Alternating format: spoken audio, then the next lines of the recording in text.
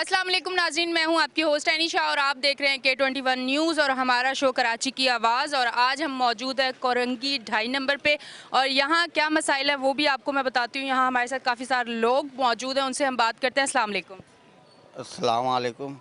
वालेकुम सलाम।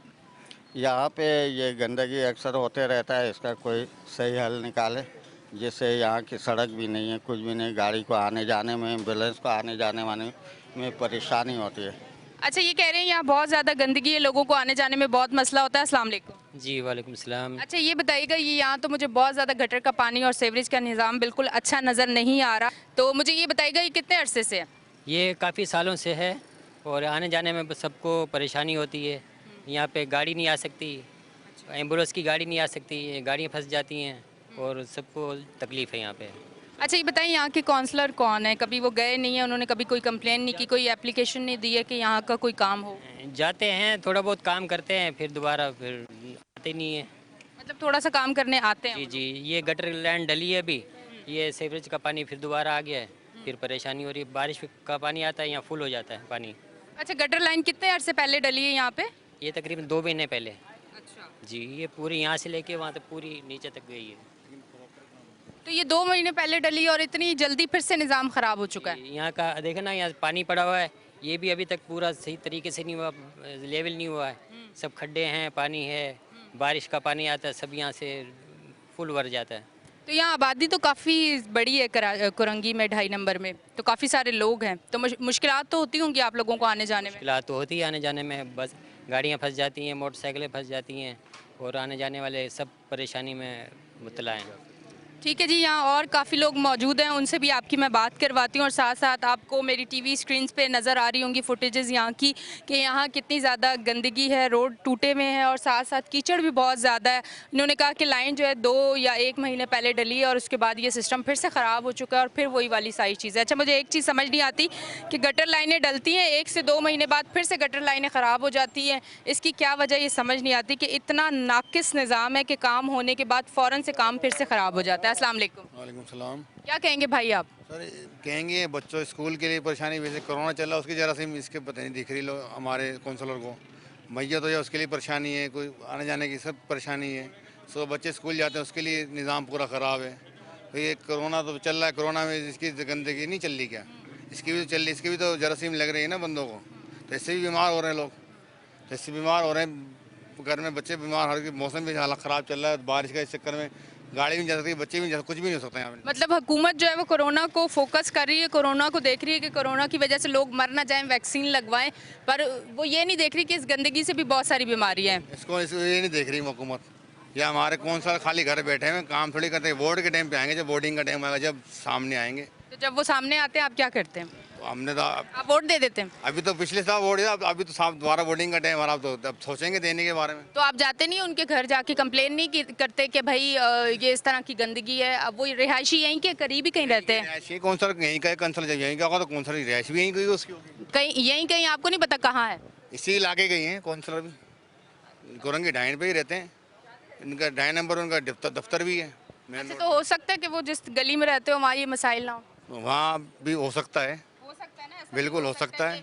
उनके हो सकता है कि उनकी गली में ये मसाइल ना हो, इसलिए वो उनको ज़्यादा मसला ना हो रहा, वरना जिस इलाके में इंसान रहता है जहाँ मुश्किल होती है तो वो अपनी वजह, किसी और की वजह से नहीं, अपनी वजह से तो काम करता है ना। अब उनके पास जाओ, बोलते फंड नहीं आ रहा, वो फंड के पीछे हो रहे हैं, फंड नहीं मिल रहा, हमें फंड की वजह से काम नहीं हो सकता। अब उनका फंड आते भी वो जेब में होता उनके पास, जो इसके लिए नहीं आ रहा, मतलब पूछने वाला कोई नहीं है? कोई नहीं उनको पूछने वाला। ठीक है नाज़रीन, आप देख रहे हैं हमारा शो कराची की आवाज़। काफ़ी सारे यहाँ लोग मौजूद हैं और यहाँ मैं लोगों से भी बात करूँगी। मैं आप लोगों को ये भी दिखाऊँगी कि इस रोड की क्या हालत है, गलियों की क्या हालत है। मैं सबसे बात भी कर रही हूँ साथ साथ। अस्सलाम वालेकुम। वालेकुम अस्सलाम।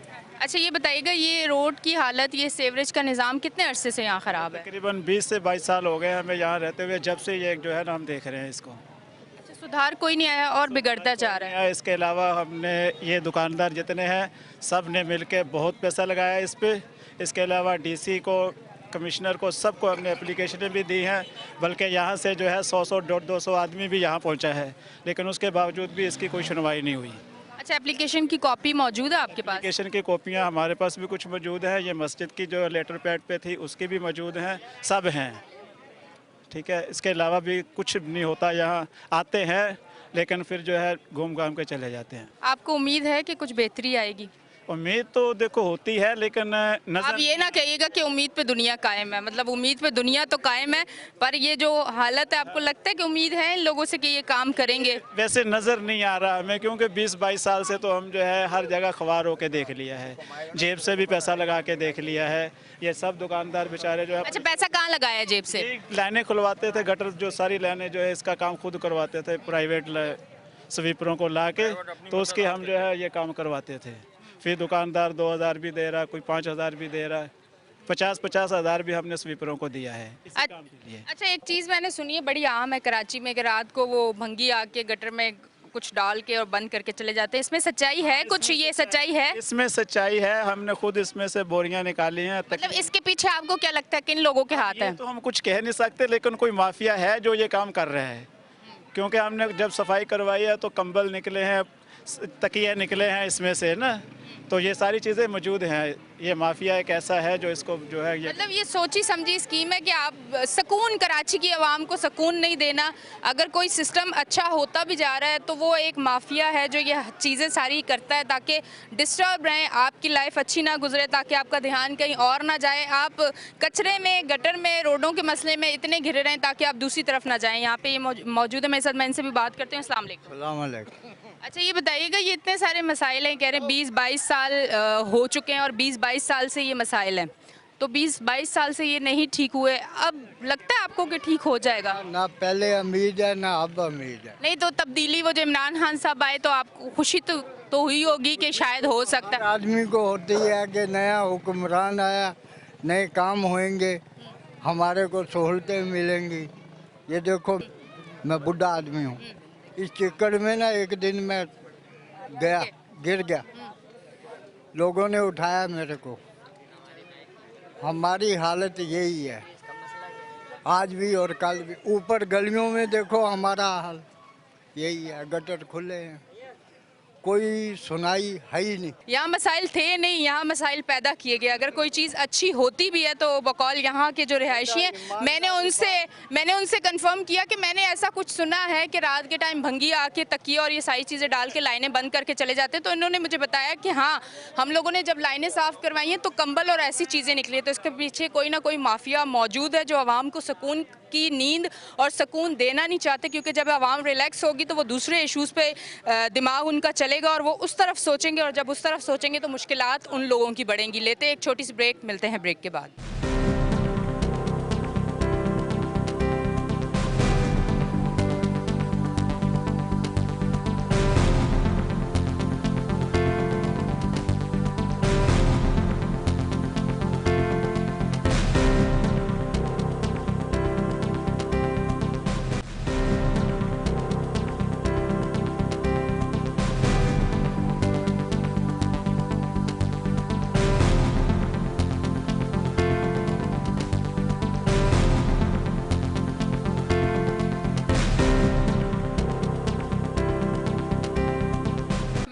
जी नाज़रीन, हम ब्रेक से वापस आ गए और आप देख रहे हैं हमारा शो कराची की आवाज़। अस्सलाम वालेकुम। वालेकुम सलाम जनाब।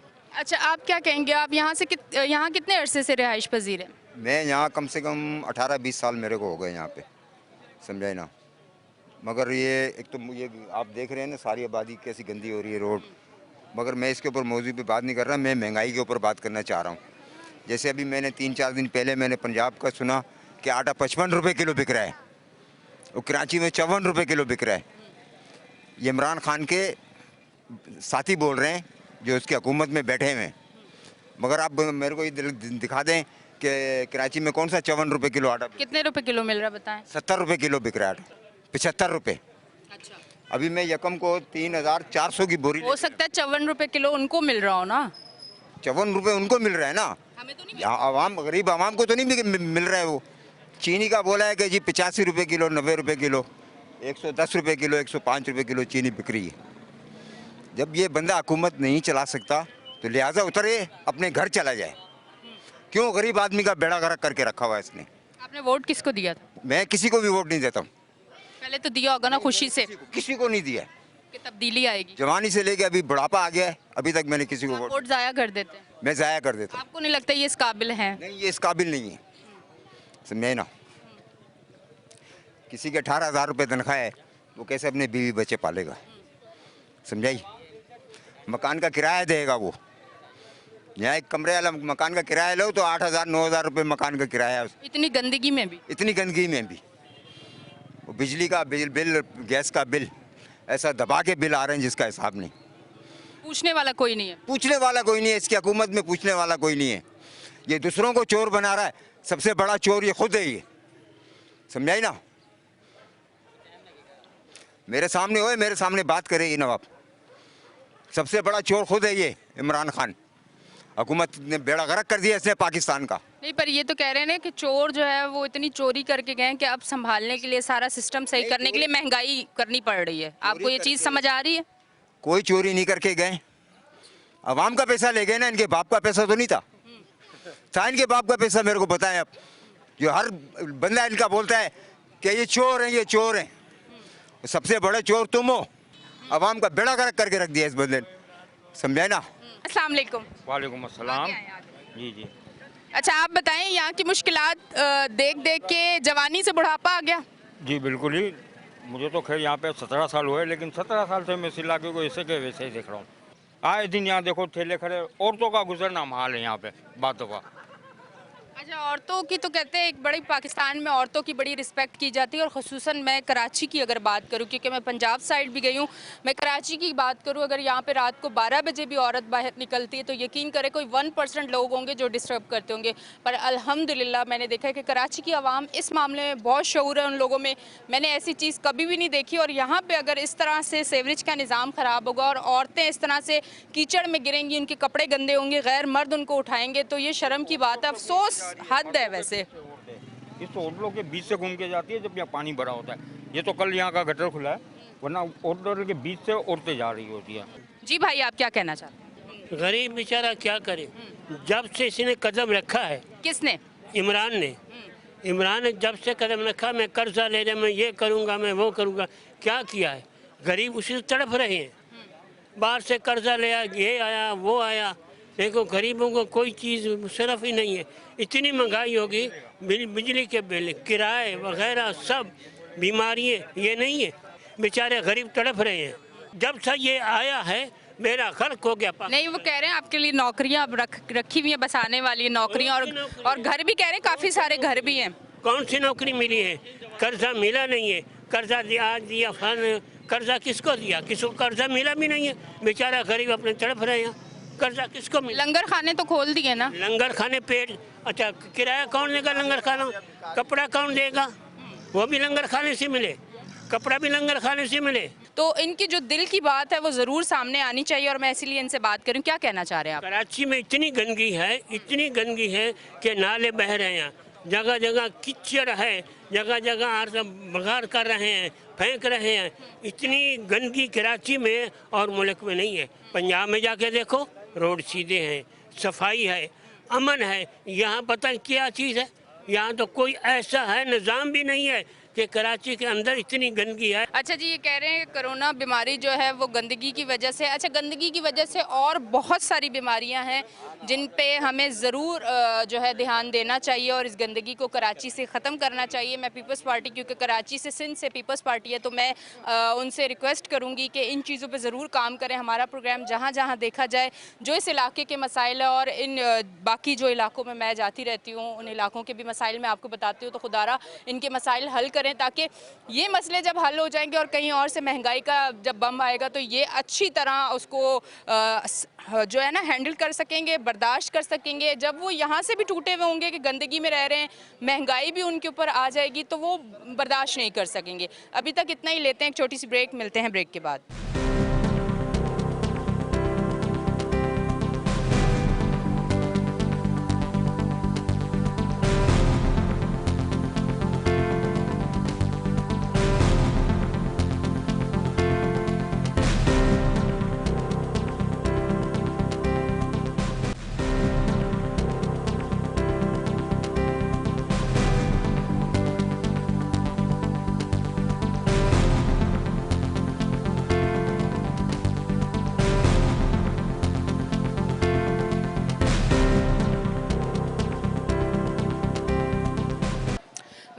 बैक जी नाज़रीन, हम ब्रेक से वापस आ गए और आप देख रहे हैं हमारा शो कराची की आवाज़। और मैं इनसे बात करती हूँ, अब ये मेरे साथ मौजूद हैं। काफ़ी देर से मुझसे कह रहे थे कि मुझसे आपने ज़रूर बात करनी, तो यकीनन कुछ ना कुछ इस इलाके में और बहुत ज़्यादा कचरा है जो जिसकी वजह से बहुत ज़्यादा तकलीफ़ में है। तो मैं इनसे बात करती हूँ। अस्सलाम वालेकुम। वालेकुम सलाम।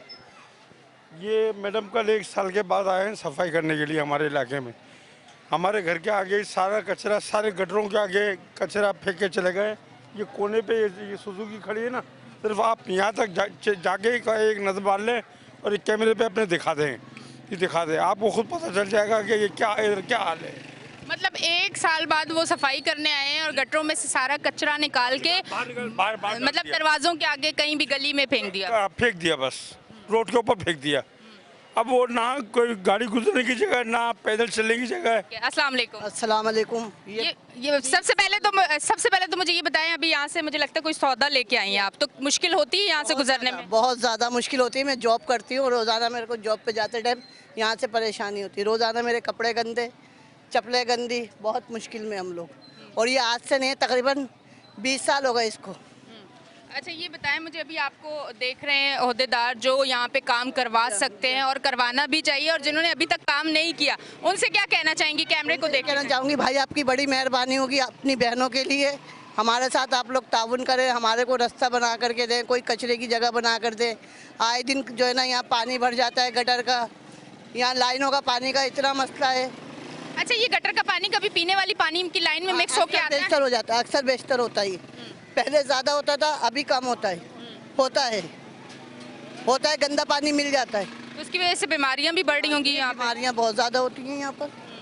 अच्छा तो ऐसा नहीं होता कि आपको पता है कि जब ऐसे इलाके हो तो रिश्तेदार भी आपसे दूरी बना लेते हैं? रिश्तेदार कहते हैं इनके इलाके में तो जाना ही नहीं, गंदे इलाके में रहता है। भाई कोई रिश्तेदार नहीं आता माशाल्लाह, भरे खानदान के, मगर कोई एक नहीं आता है। इतने गन खाने में कौन आएगा, गाड़ी सवारी कौन लेकर आएगा? यहाँ रिक्शे वाले भी नहीं आते। कभी आपने सोचा कि इस इलाके को छोड़ के किसी साफ इलाके में जाना चाहिए? सोचा क्या, इंशाल्लाह सोच के रखा हुआ है कि यहाँ से बेच के कहीं ना कहीं और निकलेंगे, क्योंकि यहाँ ज़िंदगी नहीं है, यहाँ बच्चों के रिश्ते नहीं आएंगे, कौन आएगा? जब रिश्तेदार नहीं आ रहे तो रिश्ते कहाँ से आएंगे? सही बात है, और इनकी बात बिल्कुल ठीक है। और इन्होंने यही कहा कि हमने सोच रखा है कि अब यहाँ से बेच के हम किसी और जगह पे जाएंगे। अभी एक लेडीज़ यहाँ से गुजर रही थी, पर उन्होंने जब हमें देखा कि हम शो कर रहे हैं तो उन्होंने हमसे बात की। इस वजह से हालांकि औरतें जो हैं कैमरे के सामने आने से परेशान होती है, उनको शर्म फील होती है कि हम कैमरे के सामने नहीं आते, पर्देदार औरतें, पर वो सामने आई, उन्होंने ख़ुद मुझसे बात की, इसलिए कि वो बहुत ज़्यादा शदीद किस्म की तंग हो चुकी हैं। अस्सलाम वालेकुम। जी वालेकुम सलाम। सबसे पहले तो मैं K21 न्यूज़ चैनल का शुक्रिया अदा करता हूँ और इनका दिल से वेलकम करता हूँ। इन्होंने हमारी आवाम की आवाज़ पे यहाँ का कुरंगी में प्रोग्राम किया, मैं इनका तहे दिल से मशकूर हूँ, बहुत शुक्रिया, जज़ाकल्लाह। और मैं इनके लिए दुआ गो हूँ कि अल्लाह ताला इनको मज़ीद कामयाबी अता फ़रमाए। असल में जो मैंने इलाकों के अंदर देखा है वो मसाइल हल क्यों नहीं होते, उसकी एक बुनियादी वजह ये है कि हमें यहाँ पे शुमार नहीं किया जाता। मैं 26 साल से कराची में रहता हूँ, मेरा 20 साल से मैं कराची में वोट दे रहा हूँ, लेकिन यहाँ पे मैं टैक्स देता हूँ, चीनी लेता हूँ, आटा ख़रीदता हूँ, घी खरीदता हूँ, बिज़नेस के लिए कोई सामान ख़रीदता हूँ तो मैं टैक्स पेड करता हूँ। लेकिन जब मैं अपने हकूक़ की बात करता हूँ तो मुझे ये बताया जाता था कि जो आप कराची के बाशिंदे नहीं हैं, तो जब मुझसे टैक्स लेते हुए शर्म नहीं आती, इन आवाम से टैक्स लेते हुए शर्म नहीं आती, तो इनको गिनते हुए शर्म क्यों आती है आपको? समझ गया? आप हिसाब अगर लगाएं तो मैं छोटा सा हिसाब आपको बताऊं, मिनिमम एक कराची के अंदर 1 लाख की आबादी को लिया जाए और 100 रुपया फ़ी टैक्स का अगर डेली का हिसाब लिया जाए तो 1 करोड़ रुपया टैक्स निकलता है और एक महीने का तकरीबन 30 करोड़ रुपया टैक्स निकलता है। अगर उस 30 करोड़ रुपए में से अगर इस आबादी में 1 करोड़ रुपया खर्च कर दिया तो ये मैं समझता हूँ कि इस इलाके की किस्मत बदल जाएगी। लेकिन ये लोग हमें शुमार करते हुए शर्म करते हैं। अगर हमसे टैक्स लेते हुए शर्म नहीं आती तो हमें गिनते हुए शर्म क्यों आती है? मेरा वोट मैंने इस बार चेक किया तो मेरा वोट पंजाब शिफ्ट कर दिया था। जब मैं हकूक़ की बात करूंगा तो वो कहेंगे जी पंजाब से जाके लो अपने हकूक़। यहाँ की कौम का, इन लोगों की हकीकत का अलमिया यह है कि ये 2 लाख की आबादी होगी तो टोटल वोट 50,000 निकलेंगे। बाकी जो 1.5 लाख लोग हैं वो यहाँ पे टैक्स पेड करते हैं, यहाँ पे ख़रीदारी करते हैं, लेकिन वो कराची के कराची के बाशिंदे ही नहीं है। सबसे बड़ा मसला यह है। इसलिए अगर कोई काम होता है, तरक्याती कोई काम होता है, वो 2 लाख के लिए नहीं होता, वो 50,000 लोगों के लिए होता है। इस वजह से यहाँ के इन इलाकों के मसाइल हल नहीं होते। ठीक है जी, बिल्कुल इन्होंने बिल्कुल ठीक कहा। और कराची के साथ जो है नाइंसाफ़ी बहुत ज़्यादा हो रही है और अब से नहीं, बहुत अरसे से हो रही है। और अब इस नाइंसाफ़ी को बंद किया जाए, क्योंकि अब आवाम जो है उनमें बिल्कुल भी बर्दाश्त का मादा ख़त्म हो चुका है और अब वो इन चीज़ों को बिल्कुल बर्दाश्त नहीं करेंगे। मैं इनसे बात करती हूँ। अस्सलाम वालेकुम। वालेकुम सलाम। सबसे पहले तो मैं शुक्रगुजार हूँ इस न्यूज़ की तरफ से जिन्होंने हमारे खिदमत में आए। दूसरी बात यह है कि कोई यहाँ एमपी का घर नहीं है, सही है। तीसरी बात यह है कि कोई बड़े ओहदेदार नहीं है, गरीब लोग हैं, गरीब लोगों की कोई नहीं सुनता। ये आज की बात नहीं, यहाँ कोई वज़ीर आला हाउस होता या गवर्नर हाउस होता या वज़ीर आज़म की बेटी की कोई रिहाइशगाह होता, या आज सड़क ऐसा नहीं होता, सही है। दूसरी बात यह है कि गरीब की आबादी में गरीब जो रहता है वो अपनी मदद पानी पी रहा है, अपनी मदद टैंकर ख़रीद रहा है, अपनी मदद जो है वो गटर लाइन सफाई करवा रहे। आज तकरीबन 4-5 महीने हो गया इस हालत पे। इससे पहले तो 4 साल तक तो पड़ी रहा।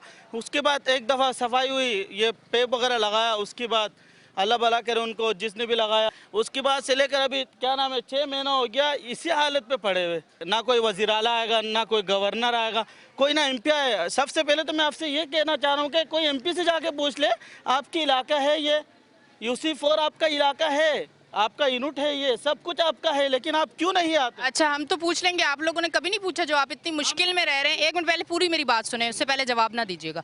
मुझे ये बताएं, हम तो पूछ ही लेंगे और हम पूछ ही रहे हैं अपने तौर पे, जो हमारे पास जो ताकत मौजूद है हम वो तो इस्तेमाल कर रहे हैं। मुझे ये बताइएगा, इतने टाइम से इतनी तकलीफ में, इतनी गंदगी में, इतने कचरे में आप रह रहे हैं, आपने क्यों नहीं पूछा? अल्हम्दुलिल्लाह। आप हमें तो रास्ता बता रहे हैं, आपने क्यों नहीं पूछा? अल्हम्दुलिल्लाह हमने काफ़ी दफ़ा आप में हिम्मत नहीं है अपने हक के लिए लड़ने की? है, हिम्मत है, हमने उनसे पूछा है। वो जब वोट का टाइम आता है तब चेहरा नज़र आता है, उसके बाद तो हमें समझ में ये आता है कि वो इस्लामाबाद में होगा। हम तो ये नहीं कि उसको 2800 रुपये ट्रेन का किराया दे दे और वहाँ चले जाए, हम अपने बीवी बच्चे पाले या उनके पीछे भागे। बोल रहे जब से पाकिस्तान बना ना अवाम ही पिस रहा है। आप ये बताओ कि कोई गवर्नमेंट का बंदा, आप छोटा सा मिसाल ले लो, कोई गवर्नर का बेटा पाकिस्तान कराची कहीं भी जगह में हो जाए, पंजाब हो, बलूचिस्तान हो, कहीं भी हो, कहीं पढ़ते हो, आपने सुना कहाँ पढ़ता गवर्नर का बेटा? अमेरिका में पढ़ता, न्यूजीलैंड पे पढ़ता, बरतानिया में पढ़ता। यहाँ क्यों नहीं पढ़ता? यहाँ पढ़ाई नहीं है क्या? यहाँ गरीबों का पढ़ाई है, अमीरों का कोई पढ़ाई नहीं है। जब उनके बेटा पढ़ता है, उनके बेटे को तकलीफ महसूस होता, रोड पे गिरता, फिर पता चलता कि बाप को कि मेरा बेटे को भी कचरा लगा है। अस्सलाम वालेकुम। वालेकुम सलाम। ये क्या है? ये क्या गंदगी में क्या रखी है? क्यों नहीं इधर सफाई हो रही? क्यों नहीं इधर रोड बन रहा? रोड बनाओ ना। ये क्या कर रहा है इमरान खान? इसने तो गरीबों की कमर तोड़ दी। क्या करेंगे महंगाई में? और फिर एक कमाने वाला 10 खाने वाले, वो कहाँ से पूरा करेगा उन बच्चों का? ये क्यों नहीं तरक्की हो रही है इधर? क्यों नहीं रोड बन रहा? गरीबों को क्यों पीछा जा रहा है? इसने बोला था कि इतने लाखों के वो नौकरी दिलवाऊंगा, इतना मकान दिलवाऊंगा, किधर है वो मकान? अच्छा, मुझे ये बताइएगा कि अब ये जो मसाइल है, आपको नहीं लगता कि कभी सही होंगे? हमें तो उम्मीद नहीं है कब सही होंगे। जब कब्र में चले जाएंगे, जब कब सही कराएगा? इधर कितनी गंदगी है, बच्चे बीमार नहीं होते क्या? जरासीम नहीं होती क्या? फिर क्या फायदा है इसी हुकूमत का? जी नाज़रीन, आप देख रहे थे हमारा शो कराची की आवाज़। आज हमने कोशिश की कि आपकी काफ़ी लोगों से बात भी करवाऊं, उनके जो एहसासात, जो जज्बात उनके अंदर थे, उन्होंने कोशिश की वो आपसे बात करें, आप तक पहुंचाएं। उम्मीद यही करते हैं ये लोग भी और हम भी आपसे यही उम्मीद करते हैं कि इनकी जो मुश्किलात है उसमें कमी आ जाए, इनके जो मसाइल है वो मसाइल हल हो जाएं। तो हम उम्मीद कर सकते हैं और उम्मीद पे को पूरा आप लोग करेंगे। जो ओहदेदार इस टाइम हमें देख रहे हैं, हमारे चैनल की तवज्जो से कराची की आवाज़ जहाँ जहाँ सुनी जा रही है, इन लोगों के मसाइल का हल अब निकाला जाए। क्योंकि औरतें जिस तरह से आके बात कर रही हैं, जिस तरह से वो परेशान हुई हैं, खुदारा अब इनके लिए कुछ ना कुछ ज़रूर किया जाए। अब तक के लिए इतना ही। अगले प्रोग्राम में फिर हाजिर होंगी। अपनी होस्ट एनिशा को दें इजाज़त। अल्लाह हाफ़िज़।